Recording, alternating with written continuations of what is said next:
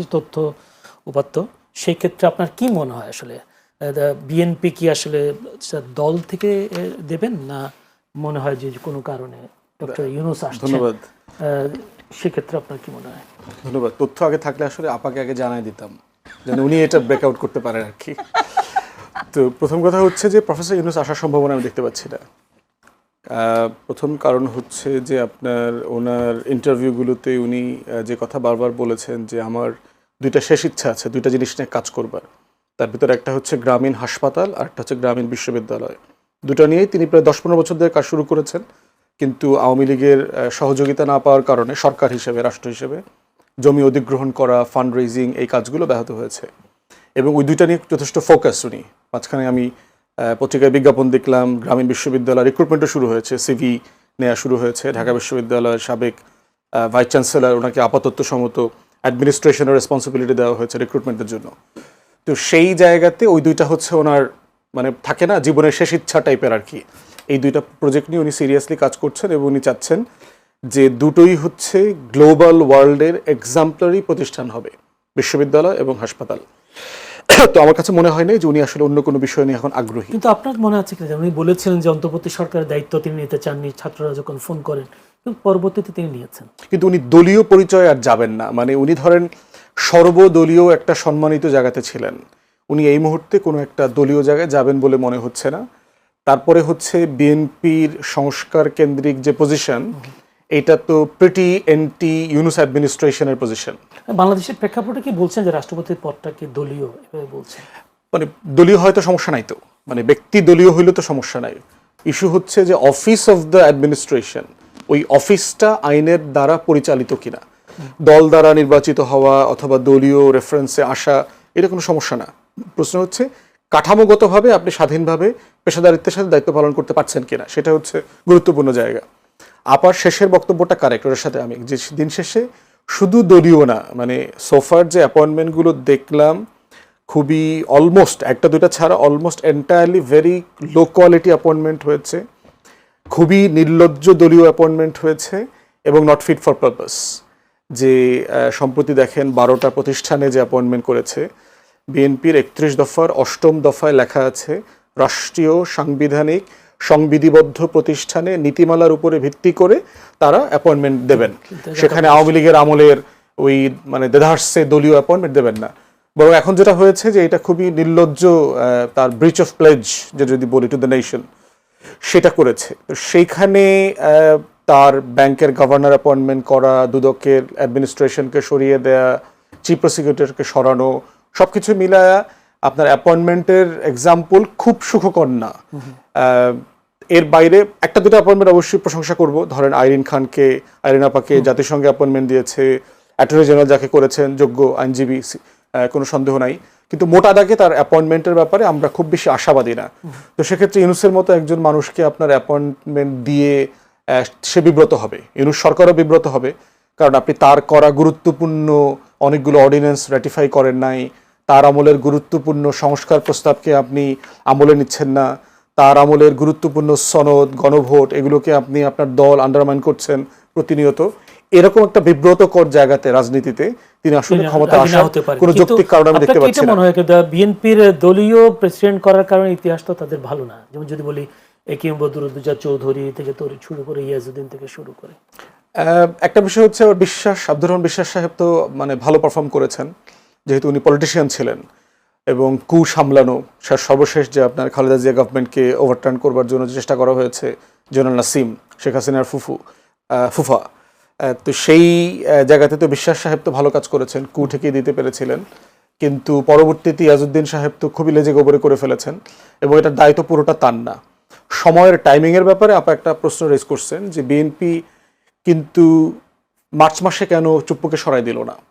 আমরা বারবার এই কথাটা বলেছি যে ইমিডিয়েটলি সরান নির্বাচিত সরকার, কারণ এর আগে বলেছেন চুপ্পুকে সরানো যাবে না, সংবিধান সাসপেন্ড করা যাবে না, ধারাবাহিকতা, স্থিতিশীলতা, এগুলোর এক্সকিউজ দেওয়া হয়েছে এই কারণে যে আপনার 5 বছর পরে 3 মাস ব্যাপী একটা নির্বাচনকালীন সরকার আসবে। সেই নির্বাচনকালীন সরকারের সময় তো বিএনপি ক্ষমতা থাকবে না টেকনিক্যালি, যদি সবকিছু তারা কোনো রকম দুষ্টামি না করে, আগের মতো সবকিছু নিয়মতান্ত্রিকভাবে ভাবি হিসাবে দায়িত্ব পালন করবে। এবং কেয়ারটেকারের যে প্রভিশন যেটা তারা রিইনস্টেট করবে 96 যে সংশোধনী ছিল সেটার উপর ভিত্তি করে, যদিও ওটার সাথে আমরা একমত না, সেখানে লাস্ট অপশনে কিন্তু প্রেসিডেন্ট আছে, মানে অমুককে চিফ অ্যাডভাইজার করবেন, অমুককে করবেন, তমুককে করবেন, না পারলে সর্বশেষ প্রেসিডেন্ট দায়িত্ব নেবেন, যেই ফর্মুলাতে আপনার 2006 এজাজউদ্দিন আহমেদ সাহেব দায়িত্ব নিয়েছিলেন। তো সেখানে বিএনপি চিন্তা করছে যদি এরকম একটা টেকনিক্যাল পলিটিক্যাল ক্রাইসিস তৈরি হয়, সেক্ষেত্রে তো আমার একটা মাইম্যান দরকার ওইখানে অফিসে, যে ওই সময়টাকে আপনার ইলেকশনটা মানে আন্ডারটেক করবে এবং অ্যাডমিনিস্টার করবে। এই কারণে কি হয়েছে, সে 6 মাসের মাথায় এসে প্রেসিডেন্টটা বদলিয়েছে। তার 5 বছর টেনিওর শেষ হবে, তারপরে 3 মাস এক্সট্রা আরো 2-4 মাস যদি আন্দোলন সংগ্রামের কারণে নির্বাচন পিছায়, যেন এই টেনিওরের বেনিফিটটা সে পায়। রাষ্ট্রপতি হাফিজউদ্দিন ওনার এটা কি হিসাবে থাকবে না, সেটা করতে পারবে না। আসলে বিএনপি যে টাইপের দল, তার ক্যাবিনেট ফরমেশন যদি দেখেন, কি ধরনের মানুষকে তিনি অ্যাপয়েন্ট করছেন, কাদেরকে অ্যাডভাইজার করছেন, তাদের ক্যাপাসিটি, তাদের পারফরমেন্স, তাদের ডেলিভারি সবকিছু দেখলে বুঝবেন যে আসলে আমরা যে প্রত্যাশাটা করছি এই নতুন সরকারের কাছে, সেটা আসলে সে ডেলিভার করতে পারছে না। তো যে বাংলাদেশ ব্যাংকের গভর্নরকে 3 মাস 6 মাসের জন্য টলারেট করলো না, সে ডক্টর ইউনূস সাহেবের মতো একজন মানুষকে প্রেসিডেন্ট করলো, তারপর তাকে সামাল দিবে কিভাবে? এবং এরকম একটা বিব্রতকর পরিস্থিতি। পরামর্শ তারা কি গ্রহণ করে কিনা? আমাদের পরামর্শ দেখেন, ঐকমত্য কমিশনে আমরা কি আলাপ করেছিলাম? আমরা আলাপ করেছিলাম যে বাংলাদেশের সাংবিধানিক সংবিধিবদ্ধ প্রতিষ্ঠানগুলোতে অ্যাপয়েন্টমেন্টের জন্য সরকারি দল, বিরোধী দল, ক্রস পার্টি, বাইরের সিভিল সোসাইটি মেম্বার মিলে আমরা একটা কমিটির ব্যাপারে একমত হই, যারা বাংলাদেশের গুরুত্বপূর্ণ সব পদে, দুদকের চেয়ারম্যান, পিএসসির চেয়ারম্যান, কমিশন, মানবাধিকার কমিশন, বাংলাদেশ ব্যাংকের গভর্নর, প্রেসিডেন্টের পদ, সবকিছুতে তারা সবাই একমত হবেন। কারণ এই প্রতিষ্ঠানগুলোও মানে দলের এবং সরকারের ঊর্ধ্বে উঠে ফাংশন করতে হবে, তা না হলে রাষ্ট্র টিকে থাকে না। এবং এখনো আমরা এই অ্যাডভাইসটা করছি মাননীয় প্রধানমন্ত্রীকে, যদিও মতামত আছে আপনারা একমত হন নাই, না ব্যক্তির ব্যাপারে আমরা মতামত দেব না, আমরা যেটা মতামত দিতে চাই সেটা হচ্ছে ক্রস পার্টি কনসেনসাসে আসা যায় কিনা। দেশের অর্থনীতির অবস্থা ভালো না, রাজনৈতিক স্থিতিশীলতার জন্য রাজনৈতিক দলগুলোর ভিতরে যদি একটা কনসেনসাস থাকে যে ওনাকে আমরা প্রেসিডেন্ট করতে চাই, দলের লোকও হয়, এমনও হতে পারে যে বিএনপির লোকের ব্যাপারেই আপনার বিরোধী দল একমত হবেন। দেখেন স্পিকার সাহেব যে পারফর্ম করছেন, হাফিজ ভাই, সোফার সবাই কিন্তু তার উপরে হ্যাপি, বিরোধী দল। তাহলে আপনি দলের ভিতরে এমন লোক খুঁজে পাবেন, সম্মানিত, বৃদ্ধ, সবাই তাকে সম্মান করেন, এমন মানুষ প্রস্তাব করেন, বাট পরামর্শটা করেন যেন একটা কনসেনসাস আসা যায়। অসংখ্য ধন্যবাদ। আমরা এই পর্যায়ে থেকে অন্য একটা পর্যায়ে যে সেটা হচ্ছে হিউম্যান রাইটস ওয়াচ যে একটি প্রতিবেদন দিয়েছে 27 জুলাই, বাংলাদেশ কর্তৃপক্ষ আন্তর্জাতিক অপরাধ ট্রাইব্যুনাল আন্তর্জাতিক আইনি মানদণ্ড বজায় রাখতে ব্যর্থ হচ্ছে পর্যবেক্ষণ দিয়েছে যুক্তরাষ্ট্র ভিত্তিক আন্তর্জাতিক মানবাধিকার সংস্থা হিউম্যান রাইটস ওয়াচ। বুধবার এই প্রতিবেদনে এটা দিয়েছে পর্যবেক্ষণটা। আপনার কি মনে হয় আসলে তাদের এই বক্তব্যের সাথে আপনার বক্তব্য? না, প্রথম কথা হচ্ছে যে এই বক্তব্যটা তো আসলে এইবারই কি প্রথম দিয়েছে, অতীতেও দিয়েছে, আমি যদি ভুল না করে থাকি। অতীত বলতে মানে এর আগেও হিউম্যান রাইট ওয়াচের যখন আপনার এই টেনিওরের কথাই বলছি, এই টেনিওরে যখনই হলো, এর আগে দিল না আপনার ইন পার্টিকুলার যখন আর কি শেখ হাসিনার রায় হচ্ছিল, ওই টাইমেও মনে হয় এরকম বেশ কিছু প্রতিষ্ঠান এই ধরনের কথা বলেছে। এবং আমি যদি ভুল না করে থাকি, বাংলাদেশের বিভিন্ন বিচার ব্যবস্থা নিয়ে প্রায়ই কিন্তু এরকম আন্তর্জাতিক সংগঠনগুলো অনেক কথা বলে, কিন্তু দুঃখজনক হচ্ছে আমাদের অভ্যন্তরীণ জায়গা থেকে তো সেটা কেউ শোনেই না। এবং আরও দুঃখ বলি আপনাকে, 24 পরবর্তী সময়ে যেই আন্তর্জাতিক মনে করেন ইউএনের হবার কথা ছিল আমাদের দেশে, আমি যদি ভুল না করে থাকি, এবং ডক্টর মোহাম্মদ ইউনূস চাইছিলেন যে তার এখানে একটি প্রতিষ্ঠান এখানে স্থাপিত হবে, সেটিকেও তো হতে দেওয়া হলো না, তাই না? কেন হলো না? মানে ব্যাপারটা কিন্তু এরকম না। মানে আমার বক্তব্য হচ্ছে যে এই ব্যাপারটা প্রিভিয়াসলি আপনি যদি দেখেন যে গুম খুন যখন হয়েছে বাংলাদেশে, তখনও তো আপনার এরকম আন্তর্জাতিক সংগঠনগুলো বারবার অ্যাওয়ার অফ করেছে, তাই না, গণতান্ত্রিক মানদণ্ড নিয়ে, কিন্তু এই কথাগুলো বলেছে। তো তৎকালীন সরকার কি বলেছিল? তৎকালীন সরকার বললো যে এইসব আপনার মানে আমার যতদূর মনে পড়ে এরকম এদেরকে এতই করার কিছু নেই, বা এইসব রিপোর্টের গুরুত্ব নাই, এরকম কথাবার্তা ছিল। আচ্ছা, 24 পরবর্তীতে আমরা অনেক আশাবাদী ছিলাম, এবং সেই সময়টাতে আমরা এক্সপেক্ট করেছিলাম যে অ্যাটলিস্ট সেই টাইমটাতে আপনার আলাদা করে যে হিউম্যান রাইটসের যে আছে, সেই সংগঠনগুলো অ্যাক্টিভেট হয়ে যাবে এবং তার একটা প্রধানতম সংগঠন এখানে তৈরি হবে, কিন্তু সেটিও হতে দেওয়া হলো না। তাই খুবই স্বাভাবিক এখন যে ঘটনাটা ঘটেছে সেটাতে আপনার এই আলাপটা আসছে, এই আলাপটাকে এখন আপনি পলিটিক্যালি ব্যবহার করতে পারেন। না, যেহেতু চিফ প্রসিকিউটর তিনি বলেছেন এই যে তথ্যটা যথাযথ যাচাই বাছাই That is না important. করেই দেওয়া হয়েছে। That is important. এই তথ্যকে যখন আমার চিফ প্রসিকিউটর এই ধরনের কথা বলেন, সেটাকে তো আমাকে গুরুত্ব দিতে হবে। তবে আমি যেমন একটা কথা আপনি প্রিভিয়াসলি এটা আমি একটু মেনশন করতে চাই, আমি কিন্তু ব্যক্তিগতভাবে যে রিফাত যিনি ছিলেন আমাদের, তিনি কিন্তু বেশ যোগ্যতাবান একজন মানুষ, মানে এটা আমাকে পার্সোনালি আমি বলতেই চাই। এবং মনে করেন এই যে অনেক গুরুত্বপূর্ণ ভালো লোক কিন্তু আছে আমার দেশে। প্রবলেম হচ্ছে ভালো লোক যে ভালো এটা বলতে কেন যেন একটা কার্পণ্য কাজ করছে।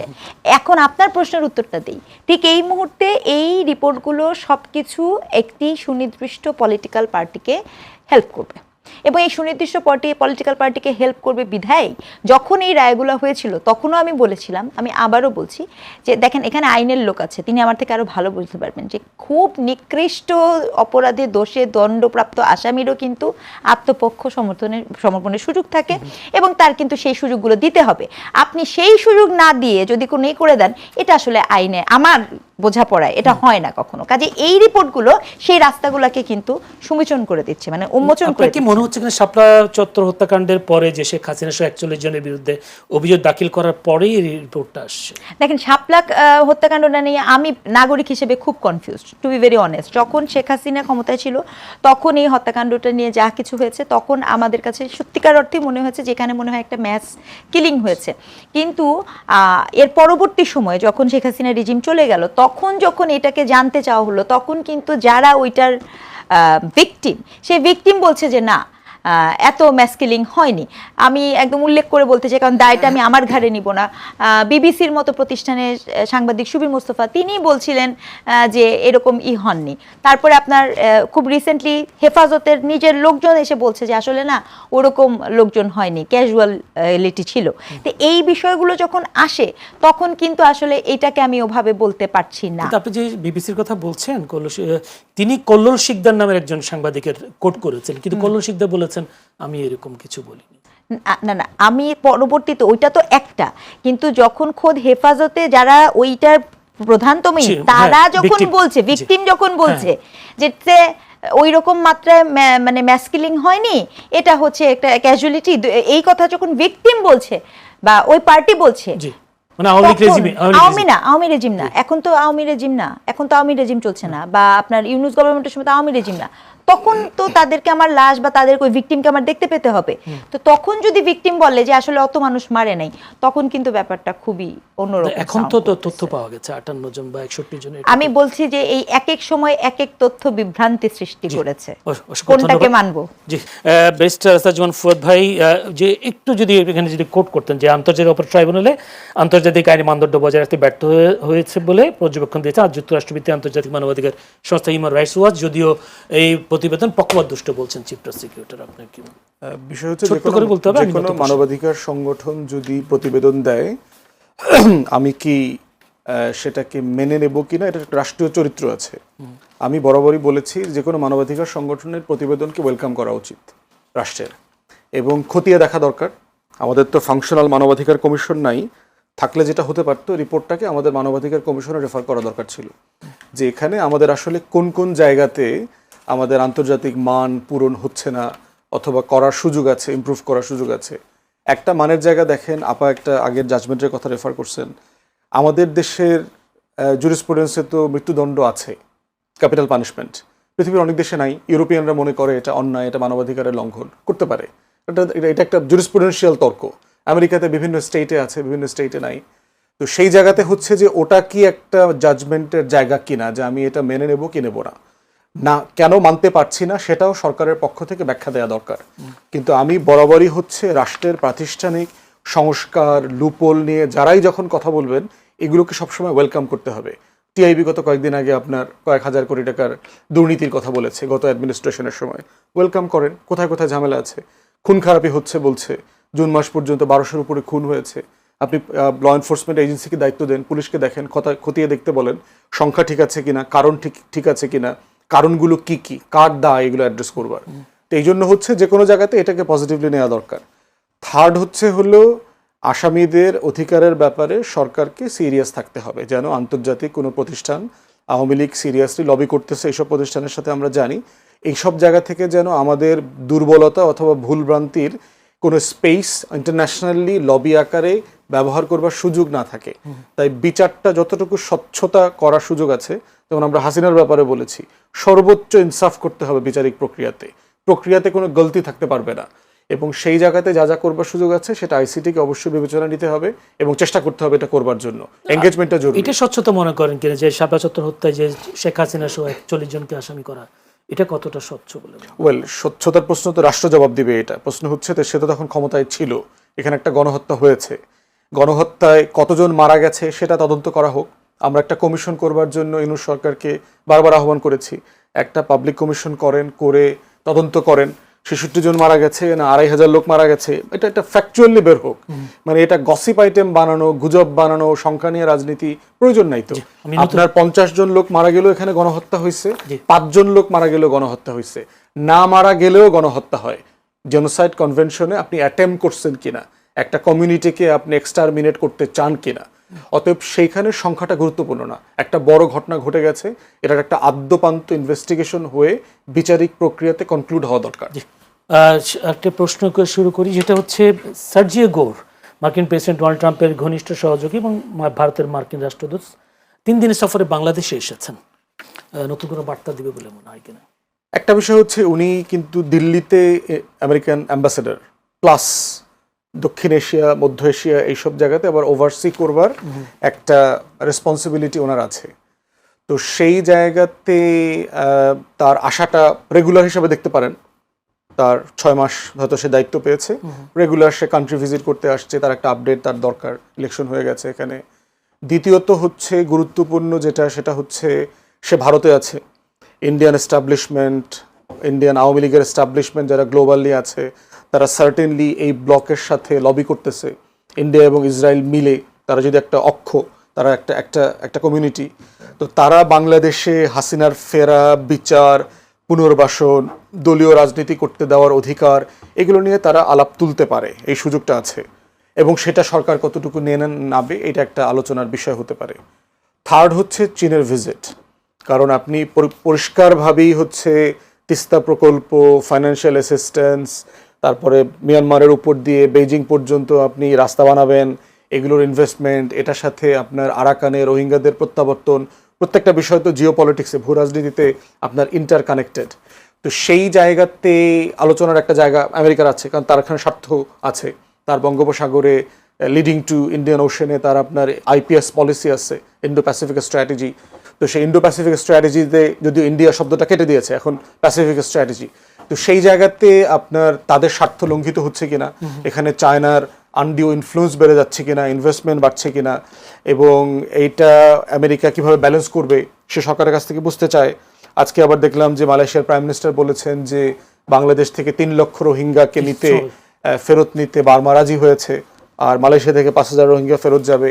তাহলে সেই প্রসেসটা কি হবে, তো সেখানে আমেরিকার স্টেক কি, এবং এই যে পশ্চিমারা মিলে যে রোহিঙ্গা ক্রাইসিসটাকে সমাধানের নামে যে কালক্ষেপণ করলো, ইনফ্যাক্ট এইটাকে কি একটা বিকল্প সমাধান করবার চেষ্টা সরকার করছে কিনা মালয়েশিয়াকে সামনে রেখে আসিয়ান লিডারশিপের মাধ্যমে, তাহলে সেখানে তার মাতব্বরি ক্ষুণ্ণ হচ্ছে কিনা, এরকম অনেকগুলো বিষয় আছে। এরপর হচ্ছে রেসিপ্রোকাল ট্যারিফ এগ্রিমেন্ট আছে, আপনার ট্যারিফ এগ্রিমেন্টের বাস্তবায়ন কি হবে, কারণ এই বাস্তবায়নের সাথে আমাদের আন্তর্জাতিক অনেকগুলো সম্পর্ক জড়িত, এবং এইটাতে শুধু আমরা মাইনকা চিপায় পড়ি নাই, ভারত থেকে শুরু করে ভিয়েতনাম, কম্বোডিয়া, সাউথ এশিয়ার অনেক দেশ নতুন করে আবার 10-12% আপনার ট্যারিফ বসায় দিয়েছে লেবার রিলেটেড ইস্যুতে।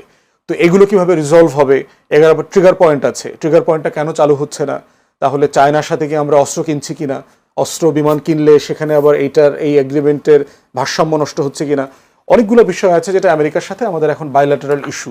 তো সেগুলো আলোচনা করবার জন্য আমার মনে হয় যে উনি কোনো না কোনো বিষয় নিয়ে কথা বলবেন। স্নিগ্ধাপা, যে সার্জিও গোরের এই ভ্রমণ বা সফর, সেই আপনার কি মনে হয় কিনা, যেহেতু বাংলাদেশের সাথে ইন্ডিয়ার একটা টানাপোড়েন চলছে, টানাপোড়েনের বিষয়টাও কি আলোচনা আসতে পারে বলে মনে হয় কিনা? দেখেন, এই পুরো ব্যাপারটার সাথে আপনি নিশ্চয়ই জানেন, আমি এটাও তো দেখলাম যে ব্রিক্সে আসবার জন্য তো ইন্ডিয়া প্রধানমন্ত্রীকে বলেছে, এবং সেটা তারা এক্সপেক্ট করছে, বারবারই কিন্তু এটা বলছে, এখনো কোনো এখন পর্যন্ত কোনো সাড়া পাওয়া যায়নি। কারণ দেখেন এখানে যে গুরুত্বপূর্ণ বিষয়গুলো আছে, অনেক জিওপলিটিক্যাল আসপেক্ট এখানে আছে, but the fact is that ইন্ডিয়ার জন্য এই সম্পর্কটাকে যত সহজে মানে অ্যাটলিস্ট লোকচক্ষুর জন্য দেখানোর জন্য হলেও এটাকে স্বাভাবিক করাটা জরুরি, এটা আমি একদম ব্যক্তিগতভাবে খুবই মনে করি। তার কারণ হচ্ছে আপনি খেয়াল করে দেখেন, সে কিন্তু ক্রোনোলজিক্যালি আপনি শুনলেন না, এই যে সাবেক মন্ত্রী আসাদুজ্জামানকে ফেরত পাঠানো, স্বরাষ্ট্রমন্ত্রীকে ফেরত পাঠানো, বা কখনো জয়শঙ্কর পার্লামেন্টের আলাপ, এই সব কিছু আমার কাছে কেন জানি মনে হয় this government want to make a relationship with আমাদের কারেন্ট গভর্নমেন্টের সাথে তারা একটা যে কোনো অর্থে একটা সম্পর্ক করতে চাচ্ছে। এই চাওয়াটার পেছনে বেশ কিছু অর্থনৈতিক ব্যাপার, তার অভ্যন্তরীণ অর্থনৈতিক ব্যাপার যেমন যুক্ত, একই সাথে জিওপলিটিক্যাল আসপেক্টটাও কিন্তু যুক্ত। কারণ সাধারণ মানুষ কি যে চোখে দেখে সেই চোখে না দেখে, সেটা খুব গুরুত্বপূর্ণ। আমি সবসময় একটা কথা বলেছি, আপনার 3 হাতের টেরিটরি, তিনটা সীমার টেরিটরি, সেটা তো আপনি আসলে কোনোভাবেই এটাই করতে পারবেন না। এটা আপনাকে আমার যেরকম দরকার তারও কিন্তু দরকার, দায়টা উভয় পাক্ষিক, মানে এটা কিন্তু একপাক্ষিক দায় আমি কখনোই মনে করি না। আর সবচেয়ে বড় ব্যাপার যখন এখানে চায়নার ইনভলভমেন্ট, এবং আপনি যখন আবার উপরন্তু মায়ানমারের ওই যেই আমি জানি না এটা আসলে পসিবল কিনা, চায়নি যে ওই যেটা বললো যে দিবে, হ্যাঁ এইটা যদি হয় তাহলে তো এটা তো ডেফিনেটলি তার জন্য খুব একটা বড় মাথা ব্যথা। তো সেই জায়গাটা থেকে সে একটু আমার কাছে মনে হয় যে সে চাইছেও, ইন পার্টিকুলার ব্রিক্সের ক্ষেত্রে কিন্তু সে অনেকবার ইম্পোজ করছে। তো আমার মনে হচ্ছে যে সার্জিকোর যে আসার ব্যাপারটা, সেটাও একটা ব্যাপার।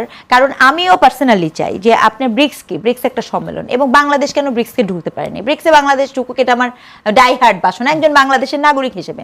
তো এই প্রস্তাবটা আসলে গুরুত্বের সাথে বিবেচনা করা উচিত। ইটস নট ইম্পর্টেন্ট যে কোন দেশ হলো, ইটস ইম্পর্টেন্ট যে সম্মেলন ব্রিক্স ইটসেলফ। তো সেই জায়গাটা থেকে যদি আমরা সেটাকে কোনো ক্যাশন করতে পারি, আমাদের তো একজন অসাধারণ পররাষ্ট্র মন্ত্রী আছেন যিনি ব্রিক্সে ঢোকানোর জন্যই কি চেষ্টা, হ্যাঁ যদি সেই জিনিস হয় তাহলে আমি বলি ওয়াই নট। তাহলে এই ক্ষেত্রে আমেরিকা আবার মানবে কেন? পররাষ্ট্রমন্ত্রী মহোদয় বলেছেন না যে আমার দেশের স্বার্থ যেখানে যাবে আমি তার সাথে সম্পর্ক করব। সে আমি একটু নতুন প্রশ্নে যাই। সম্প্রতি আবার এএফপি কে সাক্ষাৎকার দিয়েছেন, ইমেইলে সাক্ষাৎকার দিয়েছেন সাবেক প্রধানমন্ত্রী শেখ হাসিনা। তিনি বলছেন নিজের জীবনের ঝুঁকি সম্পর্কে তিনি সম্পূর্ণ সচেতন, গ্রেফতার, কারাবন্দী হওয়া, এমনকি হত্যার শিকার হওয়ার আশঙ্কা থাকলেও তিনি আগামী ডিসেম্বরের মধ্যে বাংলাদেশে ফিরতে চান শেখ হাসিনা। তার এই বক্তব্যটাকে আপনি কিভাবে দেখছেন? নাকি কেউ বলছেন যে না, তার বাংলাদেশে থাকা নেতা কর্মীদেরকে উজ্জীবিত রাখবার জন্য তার এই ঘনঘন এইসব বক্তব্য? আমার কাছে কিন্তু সেটা মনে হয় দুটো বিষয়, এখানে দুটো আসপেক্ট দুই জায়গা থেকে। একটা থাকে না, মনে করেন আবহাওয়ার ফোরকাস্ট বোঝার জন্য আমরা কি করি, তো অনেক সময় হয় কি এমন একটা কথা বলতে হয়, এবং কোন মৌসুমে বলতে হয়, মৌসুমটা খুব ইম্পর্টেন্ট, কিন্তু বলে দেখতে হয় যে পানি উজান চলছে না ভাটা চলছে। উজান হলে একরকম হবে, ভাটা হলে আরেক রকম হবে। তা আমার কাছে প্রথম মনে হয় যে যখন এই ধরনের কথা আসে, তার প্রথম বিষয়টা হচ্ছে আসলে একটা স্ক্রিনিং করা, কি অবস্থা চলছে, এটা করলে কি হয় এটা দেখা, এটা হচ্ছে খুব শার্প মুভমেন্ট। এবার আসেন একটু পলিটিক্যালি বলি, দেখেন আমি পার্সোনালি বলি, শেখ হাসিনা যদি লিডার হয়ে মরতে চান, নেতা হয়ে মৃত্যুবরণ করতে, কারণ আমরা সবাই মারা যাব, তাহলে তার ফিরে আসতেই হবে, এটাই তার একমাত্র ওয়ে। যদি তিনি নেতা হিসেবে মানে ইতিহাসে থাকতে চান, আমি সেই অর্থে বলছি, তাহলে তাকে ফিরতে হবে, অনেক রিস্কের পরেও তাকে ফিরতে হবে, এবং সেটা ওই সুসময়ে ফিরলে হবে না, অসময়েই ফিরতে হবে। মানে এখন যে আপনি বলছেন যাচাই বাছাই করতে, এখন কি আওয়ামী লীগের উজান না ভাটা? এইটা তো উনারা বলতে পারবে, যাচাই বাছাইয়ের উজান চলছে না ভাটা চলছে, এটা তো একটা বিষয়, এটা একটা। আর যদি তিনি পলিটিক্যাল, যেই শেখ হাসিনাকে আমরা চিনি বা আমরা যেভাবে দেখেছি পলিটিক্যাল, যে ওনার যেই চিন্তাধারা, সেখানে তাহলে উনি আসলে এখন ফিরবেন না। উনি যদি ফিরার হয়, উনার ওই যে জোয়ার ভাটা টাইমেই ফিরবে, বুঝতে পারছেন? হ্যাঁ, জোয়ারের সময় ফিরবে, এখন উনি যেতে চাই। ফুয়াদ, আওয়ামী লীগের এখন জোয়ার চলছে না ভাটা চলছে, এটা একটা প্রশ্ন। আর যাচাই বাছাই করছেন কিনা, যে আসলে বিভিন্ন পত্রিকাকে সাক্ষাৎকার দিচ্ছেন শেখ হাসিনা ফিরবেন। তিনি বলছেন জীবনের ঝুঁকি জেনেও তিনি ডিসেম্বরের মধ্যে আসবেন। আমি একটু আগের প্রসঙ্গে একটু আপনার সাথে বলি, ব্রিক্সে যাওয়াটার ব্যাপারে বাংলাদেশকে আমার মনে হয় দ্বিতীয়বার ভাবতে হবে। ব্রিক্সে এই মুহূর্তে যাওয়াটা আমাদের জন্য ক্ষতিকর হবে বলে আমি মনে করি আর কি। এটার কারণ হচ্ছে যে ব্রিক্সের যে কান্ট্রিগুলো আছে, এটা কিন্তু সেকেন্ডারি ইকোনমি, তার ইকোনমিটা আসলে এখন পর্যন্ত পশ্চিম নির্ভর, যার এক্সপোর্ট মার্কেট এখনও পশ্চিম। আপনি ব্রাজিল বলেন, ইন্ডিয়া বলেন, অথবা চায়না বলেন, রাশিয়া বলেন, তারপরে হচ্ছে এরকম একটা সময়ে যেখানে এই রাশিয়ার সাথে অথবা চায়নার সাথে আমেরিকা এবং পশ্চিমের দেশগুলো একটা টেনশন চলছে, সেরকম একটা সময়ে ব্রিক্স আমাদের কাছে আসলে তেমন কিছু ডেলিভার করবে না। মানে ব্রিক্সের সদস্য হলে পরে আমি ওখান থেকে মানে এক্সপোর্ট বেনিফিট পাবো, ফাইন্যান্সিয়াল অ্যাসিস্ট্যান্স পাবো, এইড পাবো, তা না। তারা নিজেরা এইডের উপরে জীবনযাপন করছে আর কি। তো সেইখানে সেক্ষেত্রে আপনার কি এটা মনে হয় না ইরান যেহেতু বাজার সুযোগ সুবিধা পাচ্ছে চায়না রাশিয়া থেকে বিভিন্ন রকম কোনো বাজার তারা তৈরি করতে পারে নাই আপা, এটাই হচ্ছে ফেলিয়ার। ব্রিক্স যখন তৈরি করেছে তাদের প্ল্যান ছিল তারা ইউর মতো একটা মার্কেট ইকোনমি তৈরি করবে, এটা তারা করতে পারে নাই। না পারার কারণে যেটা হয়েছে, তারা এখনো দেশ কান্ট্রি টু কান্ট্রি ডিল করছে।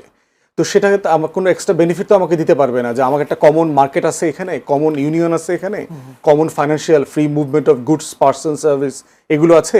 ওখানে আমি ঢুকলে 150, 200, 250 অথবা 3 বিলিয়ন মানুষের আমি মার্কেট পাবো, এমনটা না। এটা তারা করতে পারে নাই, যেটা তার অরিজিনাল প্ল্যান ছিল। তো সেই জন্য এটা প্রিটি ডেড আর কি। ইনফ্যাক্ট কনফারেন্স ছাড়া, মিটিং টিটিং ছাড়া কোনো সাকসেস নাই। আসিয়ানের ব্যাপারে দেখেন একই আলোচনা চলছে। আসিয়ানের অলমোস্ট কোনো দেশই, কারণ আসিয়ানের যে কাঠামো, তাদের জাতিগোষ্ঠী, ধর্ম, সিভিলাইজেশনাল যে ভ্যালুস, তার থেকে আসলে আমরা যারা দ্রাবিড়িয়ান জনগোষ্ঠী বেঙ্গল বেল্টার, এই বেল্টের জনগোষ্ঠীর সাথে এটা মিলছে না আর কি। এই জন্য আসিয়ানেও বাংলাদেশের ব্যাপারে সিরিয়াস রিজার্ভেশন আছে। বার্মা, থাইল্যান্ড, তারপর ভিয়েতনাম, তারা এখানে সিরিয়াস অবজেকশন দেবে। তাই আমার মনে হয় যে এগুলো যে কোনো ব্লকে ঢোকার ব্যাপারে একটা সেন্সিটিভ টাইমের মধ্যে আমরা আছি। ইকোনমির হিসেব নিকেশ খুব ভালোভাবে করতে হবে আর কি। আচ্ছা, আওয়ামী লীগের প্রশ্ন হচ্ছে যে আপা বললেন না যে তাকে যদি অমর হয়ে মরতে হয় তাহলে তাকে এখনই ফিরতে হবে। আসলে তার অমর হয়ে মরার সময়টা চলে গেছে, ওটা 5 তারিখ পর্যন্ত ছিল, ওই ডেডলাইন এক্সপায়ার করেছে। এরপরে ইতিহাসে আসবে যে তাকে গণহত্যার দায়ে গ্রেফতার করে ইন্টারপোলের মাধ্যমে দেশে ফিরায় এনে বিচার করে ফাঁসি দেওয়া হয়েছে, এবং এত সালে তার বয়স এত হয়েছিল, তাকে পরবর্তীতে অমুক জায়গায় কবরস্থ করা হয়েছে। এই হলো তার গল্প শেষ হাসিনার। হাসিনা ফিরবে না, হাসিনা ফেরার মাল না। এইটা সে, তার বাবা, তার ফ্যামিলি, তার ডিএনএর ভিতরে নাই। সে যদি না পালানোর টাইপ লোক হইতো, সে ওই দিনই ওখানে মারা যাইত। আমি যাব না, আমার পাবলিক আইসা মেরে ফেললে এখানে মেরে ফেলবে। খালেদা জিয়া গেছে, খালেদা জিয়ার উপরে হেন কোনো নির্যাতন হয়েছে যা গত 16-17 বছরে আমরা দেখি নাই।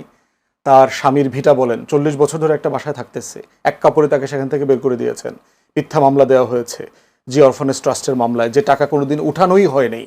ওই টাকার উপরে সুদ আরো 4 গুণ বেশি টাকা জমা হয়েছে ওইখানে। তাকে মিথ্যা মামলায় জেলে রাখা হয়েছে। কি পরিমাণ নির্যাতন! ট্রিটমেন্টের জন্য তিনি বিদেশ যেতে চেয়েছেন, যেতে দেয় নাই। তো উনি তো পজিশন নিয়েছিল আমি যাব না। 111-এর সময় তো সে পালায় নাই। হাসিনা কিন্তু ঠিকই পালাইছে, জেল থেকে বাইরে সাথে সাথে পালাইছে। আবার এইখানে কেয়ারটেকারের সরকারের সাথে ডিল কইরা প্রণব মুখার্জিরে দিয়ে আবার ফেরত আসছে। হাসিনা এই মাল হচ্ছে আপনার পালানোর মাল, এবং সে শুধু নিজে না, তার 14 গোষ্ঠীর সেফ এক্সিট এনশিওর করে তারপরে ভারতের সাথে ডিল করে সে ইন্ডিয়াতে গেছে। জয়শঙ্কর পার্লামেন্টে স্টেটমেন্ট দিয়েছে না যে আমাদেরকে হাসিনা যোগাযোগ করছে সেফটি সিকিউরিটি এনশিওর করবার জন্য, আমাদের তাকে এনশিওর করতে হয়েছে, এটা আমাদের মধ্য দিয়ে থাকার জায়গা দিতে হয়েছে।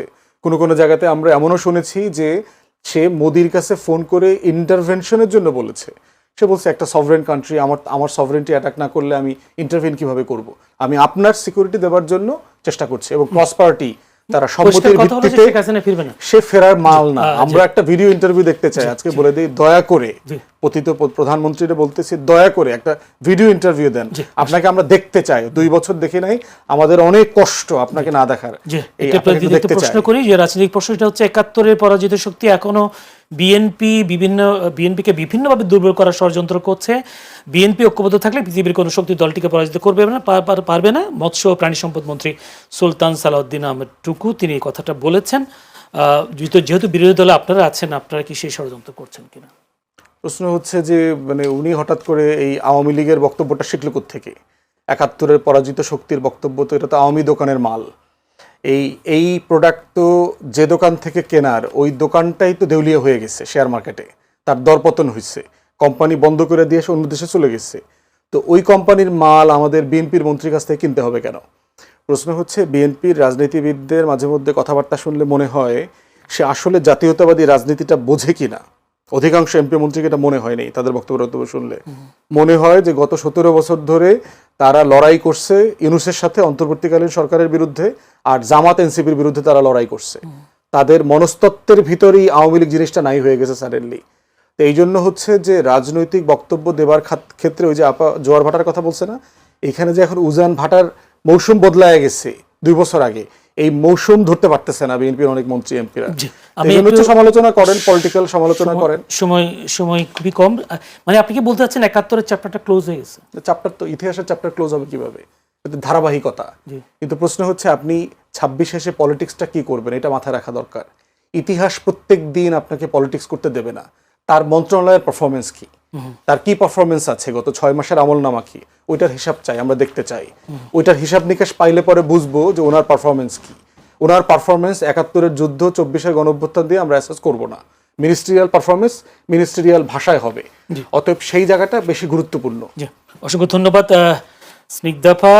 যে প্রশ্নটা করছি, আপনাদের জাহাঙ্গীরনগর বিশ্ববিদ্যালয়ের কেন্দ্রীয় শিক্ষার্থী সংসদ জাকসু হল সময় নির্বাচিত প্রতিনিধিদের পদের মেয়াদ থাকা পর্যন্ত বরাদ্দকৃত হলে অবস্থানের সুযোগ দিয়ে বিজ্ঞপ্তি জারি করেছে বিশ্ববিদ্যালয় প্রশাসন। আগে যেটা ছিল ছাত্রত্ব শেষ হওয়া জাকসু বিপি আব্দুর রশিদ জিতুকে হলে রাখার সুযোগ দিতেই এই প্রজ্ঞাপনটা জারি ছিল। কেউ বলে আগে ছিল ছাত্রত্ব শেষ হলে তিনি হল ছাড়বেন। এই প্রশাসন কি এই সিদ্ধান্ত নিয়েছে কিনা, বা এটা নিয়ে বেশ সমালোচনা হচ্ছে? আচ্ছা, প্রথম কথা হচ্ছে আরও তো অনেক সমালোচনা আছে, আপনি এটা নিয়ে আসলেন। আমি যদি এখন বলি জাহাঙ্গীরনগর বিশ্ববিদ্যালয়ের নির্বাচিত শিক্ষার্থী ছাত্র সংসদ যারা কিনা এনসিপি নাগরিক শক্তি করেন বা ছাত্র শক্তির এরকম অনেক সদস্য আছে। সেরকম এমন সদস্য আছে যে সদস্য সাইবার বুলিং করেন, শিক্ষকদের অপমান করেন, শিক্ষকদেরকে ট্যাগ দেন, আনু মোহাম্মদ স্যার বাদ জানে না, আমি বাদ যাই না, আমরা কেউ বাদ যাই না, অশ্লীল অশালীন মন্তব্য করেন, সামাজিক যোগাযোগ মাধ্যমে ছড়িয়ে দেন, যার বিরুদ্ধে জিডি আছে, এমন শিক্ষার্থীকে তো সিনেট সদস্য করেছেন এই প্রশাসন। সেটা নিয়ে আলাপ করছেন না কেন? প্রশ্ন হচ্ছে এটা। তো এই পুরো ছাত্র সংসদে যাহা কিছু হয়েছে না, এগুলো না খুবই অ্যালার্মিং। ঠিক আছে, এই আলাপটা আমার না অনেক বেদনার জায়গা আছে। জুলাই যেমন আমার অনেক কষ্টের জায়গা আছে, এইটা আমার আরেকটা কষ্টের জায়গা। কারণ আমাদের এই যে জাকসুটা অনেক দিন পরে হয়েছে। দেখেন, ঢাকা বিশ্ববিদ্যালয়ের যে ডাকসু সেটা কিন্তু নিয়মিত বিরতির পরে হতো, কিন্তু জাহাঙ্গীরনগরের এই জাকসুটা কিন্তু বহুকাল পরে হয়েছিল। সেই জাকসু থেকে নির্বাচিত প্রতিনিধিদের কই আমি তো দেখি না। তারা যে বলেন না তো যে আমাকে একটা ডিজিটাল সেন্ট্রাল লাইব্রেরি দাও, তারা তো যে বলেন না যে আমাকে আমার কোনো ইন্টারন্যাশনাল কনফারেন্স করার কোনো একটা কনফারেন্স হল নাই, তুমি আমাকে একটা কনফারেন্স হল দাও, আমার একটা ইন্টারন্যাশনাল রেটিং করার জন্য আমাকে করতে দাও।